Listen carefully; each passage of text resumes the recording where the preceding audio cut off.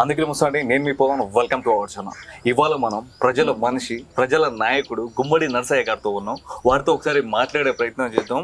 ఈ వీడియో చూడగానే గుమ్మడి నరసయ్య గారి పేరు వింటే మీకేం గుర్తుకొస్తుందో ఫస్ట్ కామెంట్ చేయండి. నమస్కారం అండి. నమస్తే. ఎలా ఉన్నారండి? బాగున్నాను సార్. మీకు గుర్తుందా, అంటే మీరు సర్పంచ్ కావచ్చు లేకుంటే ఎమ్మెల్యే కావచ్చు, మీ ఫస్ట్ సాలరీ ఎంత అండి? అప్పుడు సర్పంచులకి శాలరీ లేవు. ఎమ్మెల్యే అయిన తర్వాతనే ఎమ్మెల్యేకు మీ ఫస్ట్ జీతం ఎంత అప్పుడు? ఎమ్మెల్యేకి వచ్చేటువంటి జీతం 2000. 2000 రూపాయలు. ఆ 2000 రూపాయలు పార్టీకి ఇచ్చారా లేదండి, లేకుంటే మీరే ఏమైనా సొంత అవసరాలకు వాడుకున్నారా? ఆ 2000 నేను ఇటువంటి తిరగటానికి సరిపోయేది కావు. నేను ఎటు పోవాలన్నా కానీ పార్టీ పెట్టింది. ఆ తర్వాత అది 2000 నుంచి 12,000 అయ్యింది. 12,000 పోయి మళ్ళా రెండోసారి ఎన్నికల నాటికి 83, 89 అంటే మధ్యన 89, 83 మధ్యన ఒకసారి ఎన్నికలు జరిగాయి. నాదెండ్ల భాస్కరరావు, ఎన్టీ రామారావు తగాద పెట్టుకొని గవర్నమెంట్ రద్దు చేసి మళ్ళా ఎన్నికలు పెట్టారు. అప్పుడు కూడా 2000 ఉన్నాయి. 89లో వచ్చినటువంటి ఎన్నికల్లో మళ్ళా ఎమ్మెల్యే గౌరవ వేతనం అనేది జీతం అన్నది, దాన్ని గౌరవ వేతనం 12,000 అయింది. తర్వాత మూడోసారి నాటికి 25,000 అయింది. ఇది 25,000 ఏ టైం కండి? అంటే ఏ సంవత్సరంలో అయింది ఇది 25,000 మీకు ఎమ్మెల్యేకి? 2083, 85, 89. 2 సార్లు ఎమ్మెల్యేలు. 3 సారి 89 మూడోసారి. ఓకే. మళ్ళా 94లో ఓడిపోయాము మేము. ఓకే. 89 ఎన్నికలు అయిన తర్వాత 25,000 అయింది. 94లో మేము ఓడిపోయాం. ఇక్కడ ఉన్నటువంటి అన్ని పార్టీలు ఒకటై కాంగ్రెస్, సిపిఐ, సిపిఎం, ఇక్కడ బీజేపీ లేదు కానీ బీజేపీ కూడా అప్పట్లో మొత్తానికి అంటే మిమ్మల్ని ఓడించడానికి వాళ్ళందరూ కలిస్తే, మా పార్టీని ఓడించడానికి అందరు కలిస్తే 4,000 మెజార్టీ తోటి వాళ్ళు గెలిచారు. 89లో జరిగిన ఎన్నికల్లో అప్పుడు 25 అయింది. 25 మళ్ళీ ఇప్పుడు రాజశేఖర్ రెడ్డి 2004, రాజశేఖర్ రెడ్డి 2004లో ఆయన గవర్నమెంట్ లో 43,000 అయింది. ఆ 43,000 3,000 క్వార్టర్ కిరాయి పోయేటి, 40,000 మాకు ఇచ్చేది ఎమ్మెల్యేల గౌరవ వేతనం. ఓకే. అయితే సార్, ఇక్కడ ఇప్పుడు ఎమ్మెల్యేల గురించి మాట్లాడుకుంటున్నాం కాబట్టి ఇప్పుడున్న ఎమ్మెల్యేలకి తేడా, అప్పట్లో ఉన్న ఎమ్మెల్యేలకి తేడా ఏంటి సార్? తేడా అంటే ఇప్పుడు ఎమ్మెల్యేలు గెలిస్తే బంగ్లాలు కట్టేస్తా ఉన్నారు. అంటే ఎక్కడ చూసినా ల్యాండ్ వాళ్ళ పేరు మీదనే కనిపిస్తా ఉంది. ఆ టైంలో మీరు ఉన్నారు కదా ఎమ్మెల్యేగా, ఆ టైంలో మీరు ఎక్కువగా సంపాదించుకోలేదు, జనాల గురించి మాట్లాడడము, జనాల గురించి ఫైట్ చేయడము.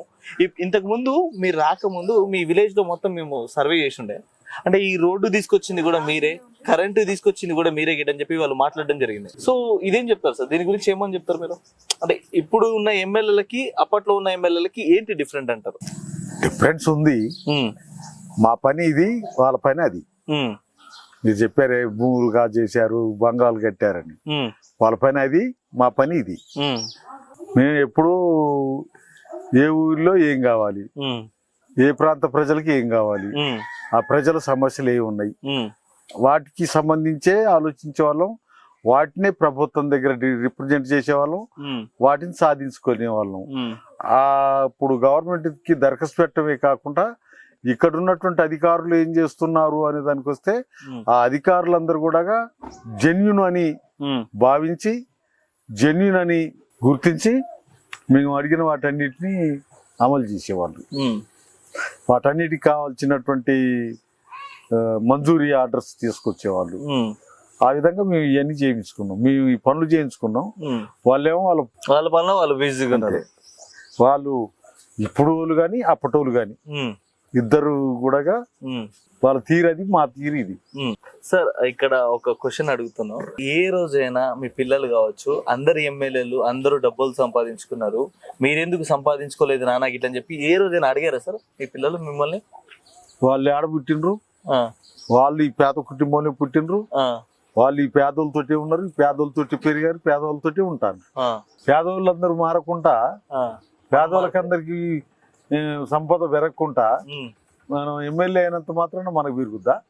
మనకి ఎట్ట పెరుగుద్ది? అదే సమయంలో ఇక్కడ మా దగ్గరకు వచ్చినాక మమ్మల్ని ఎమ్మెల్యేగా చూడొద్దు, ప్రజల్లో భాగంగానే చూడాలి. ప్రజల్లో మేము ఒకలం. ప్రజలు ఏ స్థాయిలో ఉన్నారు, ప్రజల సమస్యలు ఏంటి, వాళ్ళ సమస్య నా సమస్య, నా సమస్య వాళ్ళ సమస్య. ఆడ ఎమ్మెల్యే అయినా కాబట్టి సంపాదించాలని, ఎమ్మెల్యేగా అయినాం కాబట్టి ప్రత్యేకంగా ఉండాలనేటువంటిది మేము భావించలే. మా స్వభావం అది కాదు. మీరు చేసిన సేవా కార్యక్రమాల్లో మీకు గుర్తుకొచ్చే ముఖ్యంగా సేవా కార్యక్రమం ఏంటది? ప్రత్యేకంగా 1, 2 అని లేవు. ఇక్కడ జరిగిన అన్ని మాయే, అన్నిటిని మేము కావాలని చేసుకునే. ఇక్కడ ఏం లేవో వాటన్నిటిని తీసుకొచ్చాం. కాన్స్టిట్యున్సీ పరిధిలోనే కాదు, జిల్లా పరిధిలో, రాష్ట్ర పరిధిలో, ఖమ్మం జిల్లా ప్రజలకి కావాల్సిన విషయాలన్నిటి మీద మేము పనిచేస్తూ వచ్చాం.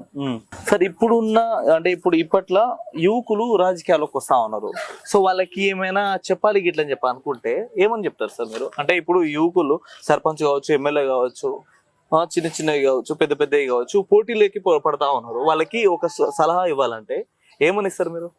వాళ్ళకి అలా మేము ఇచ్చే సలహా ఒకటే, మనుషులుగా బతకండి, మనుషులుగా మెలగండి, తప్పుడు పద్ధతుల్లో తప్పుడు దారులలో ప్రయాణం చేయకండి. ఇలా ఇక్కడ ఉన్నటువంటి ప్రభుత్వాలు కానీ పాలకులు కానీ పెత్తందారులు వాళ్ళని కంప్లీట్ ఒక చెడు మార్గంలో నడిపిస్తున్నారు, చెడుని అలవాటు చేస్తున్నారు.